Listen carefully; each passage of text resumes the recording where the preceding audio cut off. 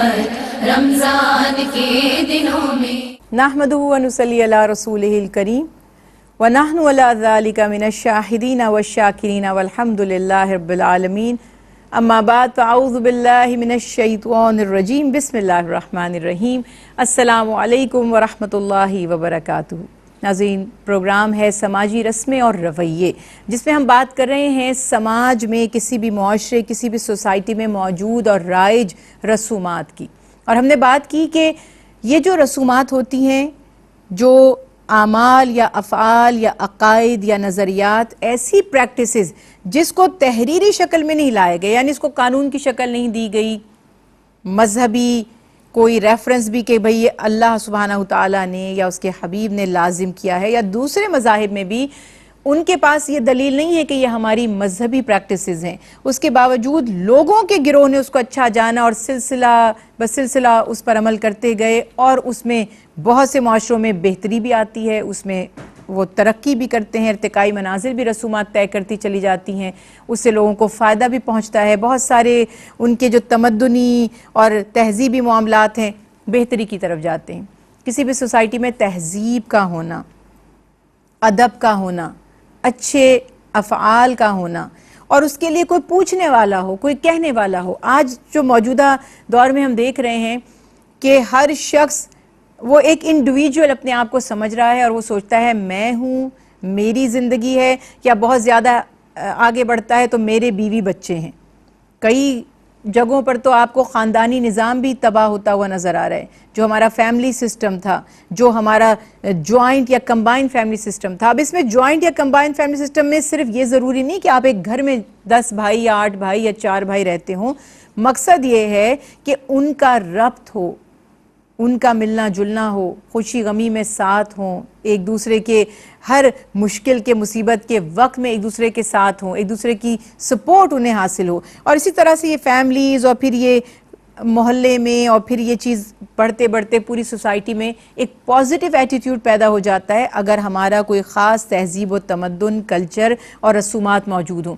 جب آپ ان رسومات کو اس طرح سے ختم کر دیتے ہیں اور آپ یہ سوچتے ہیں کہ اب ان کی کوئی حیثیت نہیں ہے، تو آج والا معاملہ بن جائے گا کہ ہر شخص اپنی جگہ پریشان ہے. وہ اپنا دکھ کسی سے بیان نہیں کر سکتا، کیونکہ اس کو پتا ہے کہ کوئی پرسان حال نہیں ہوگا، کوئی ذمہ داری نہیں لے گا، یا لوگ مدد نہیں کریں گے.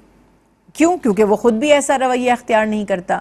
اکثر جگہوں پر ایسا دیکھا گیا ہے کہ ہم کسی کی مدد نہیں کرتے، ہم کسی کے کام نہیں آتے، تو ہم کیسے ایکسپیکٹ کر سکتے ہیں کہ وہ مشکل کے وقت میں، مصیبت کے وقت میں ہمارے کام آئے گا. تو یہ جو اسلام کا نظریہ تھا، یہ بہترین نظریہ تھا. یہاں پر تو اتنی خوبصورت تعلیمات ہیں کہ آپ مسلمان ہی نہیں ہیں اگر آپ کا پڑوسی بھوکا سو جاتا ہے اور آپ پیٹ بھر کر اس کی بھوک سے بے نیاز ہو کر سو جاتے ہیں. یہ خوبصورت سوسائٹی، یہ نظام، اور اسی کا کچھ کنٹریبیوشن رسم و رواج کی صورت میں بھی لوگوں نے کوشش کی کہ یہ رزلٹ ان کو حاصل ہو جائے، اجتماعیت بنے، یونٹی کو فروغ ملے، ایک دوسرے سے تعلق مضبوط ہو.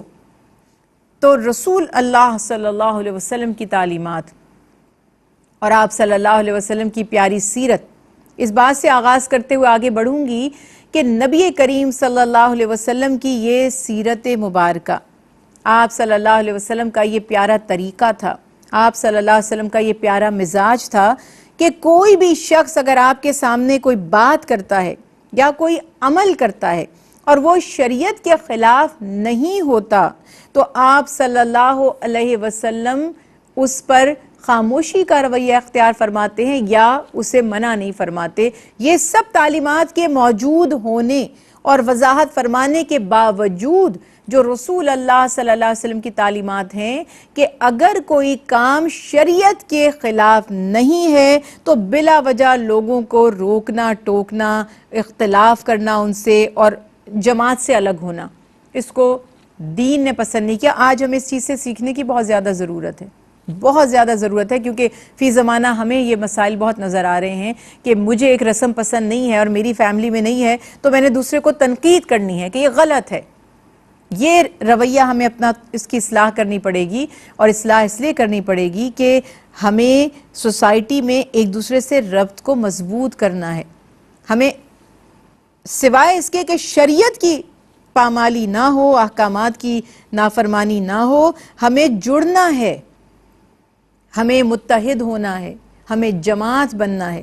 اور جماعت بننے کے لیے بہت ضروری ہے، پرسنلی ہمیں ایک چیز کا پتہ ہے کہ بھائی اس کی شریعت میں کوئی پسندیدہ عمل نہیں ہے، مگر گناہ بھی نہیں ہے.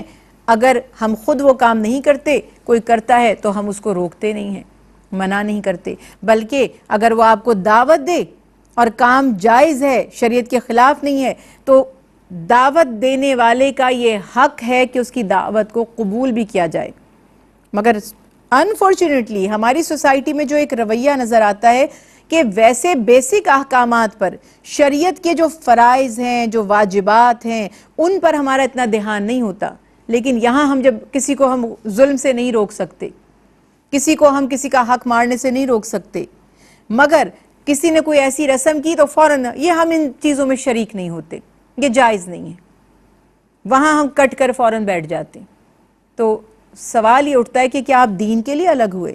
کیا واقعی آپ کا تقویٰ تھا جس نے آپ کو ان کے ساتھ شامل ہونے سے روکا، یا آپ کی انا تھی، یا یہ آپ کا احساس برتری تھا جو آپ اس پر جتانا چاہ رہے تھے کہ ہم بڑے دیندار اور شریعت کے فالوور ہیں اور تم تو بے دین ہو اور تم یہ رسومات کرتے ہو، ہم نہیں کرتے. تو تھوڑا سا اس بارے میں سوچیں، غور و فکر کریں. جہاں اصلاح کی بات کرنی ہے پہلے وہاں کریں. جہاں مظلوم پس رہے ہیں اور ظالم پنپ رہے ہیں، کوئی بولنے والا نہیں ہے. اور اگر کوئی بیچارہ غریب آتا ہے اور آ کر آپ سے کہتا ہے کہ جی میرے بچی کی آمین ہے، آپ کہتے ہیں یہ کام تو کبھی کسی نے نہیں کیا، یہ تو غلط ہے، یہ تو شریعت کے خلاف ہے، ہم اس میں شامل نہیں ہوں گے. یہ رویے، میں نے ایک مثال دی ہے، ہزاروں مثالیں آپ کے سامنے ایسی ڈیلی آتی ہیں کہ یہ ہمارا جو رویہ ہے تعلیمات مصطفیٰ صلی اللہ علیہ وسلم کے تابع ہونا چاہیے. اللہ کے نبی حضرت محمد مصطفیٰ صلی اللہ علیہ وسلم نے کیسے رسوم اور جتنی بھی رسومات رائج تھیں عرب میں، ان کو سب کو یکسر نہیں چھوڑ دیا، نہ سب کی مخالفت فرمائی، بلکہ کچھ کو ایز اٹ از قبول کیا اور کچھ کی ترامیم کے ذریعے، اصلاح کے ذریعے اس کو مزید خوبصورت بنایا، نکھارا اور بہتر بنا دیا. یہ ہمارے اندر کیوں نہیں ہے وصف؟ یہ ہم سے کیوں نہیں ہوتا؟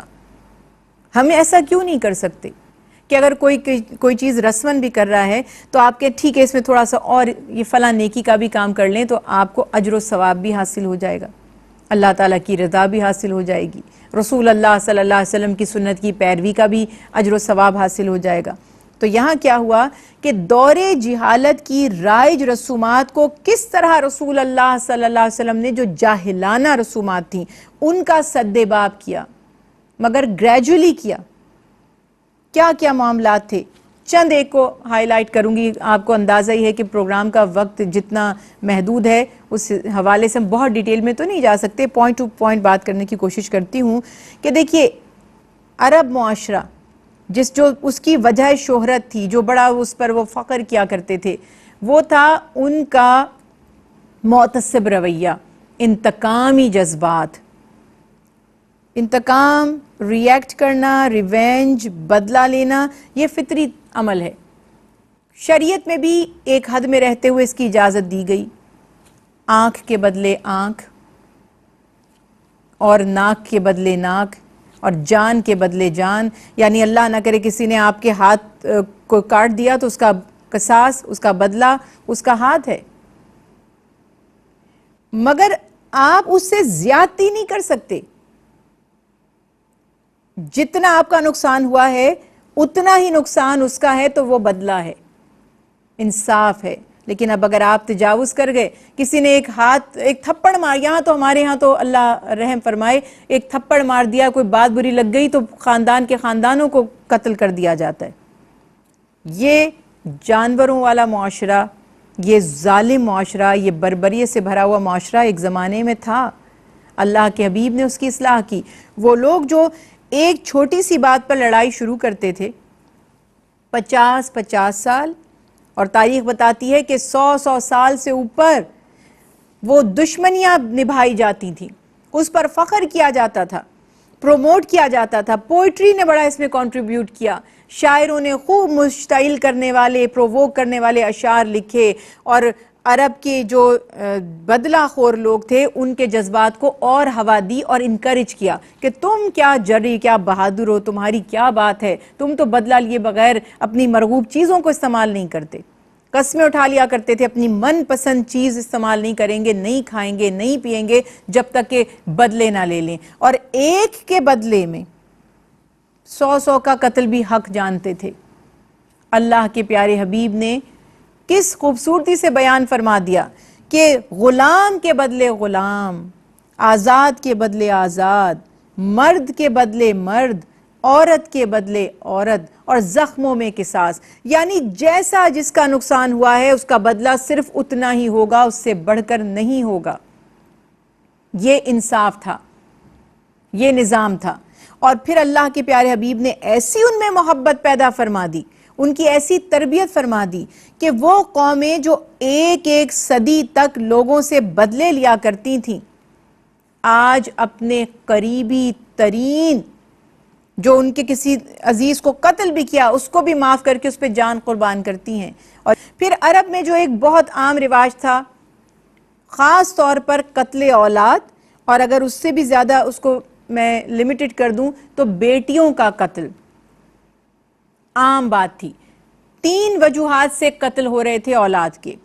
ایک تو بیٹی کو قتل کرنا، کیونکہ ان کو یہ خیال ہوتا تھا کہ کسی اور گھر میں چلی جائے گی، جائیداد بڑھ جائے گی، یا کوئی بدلہ لینے کے لیے اس کو نقصان نہ پہنچائے اور ہماری اس سے بے عزتی ہوگی، ہماری عزت پہ حرف آئے گا، اس کو ذلت کا، ندامت کا باعث سمجھتے تھے۔ اور اکثر پیدائش کے ساتھ ہی پتہ چلا بیٹی پیدا ہوئی ہے، وہیں اس کو زندہ دفن کر دیا جاتا تھا، ورنہ کچھ عرصے کے بعد قتل کر دیا جاتا تھا۔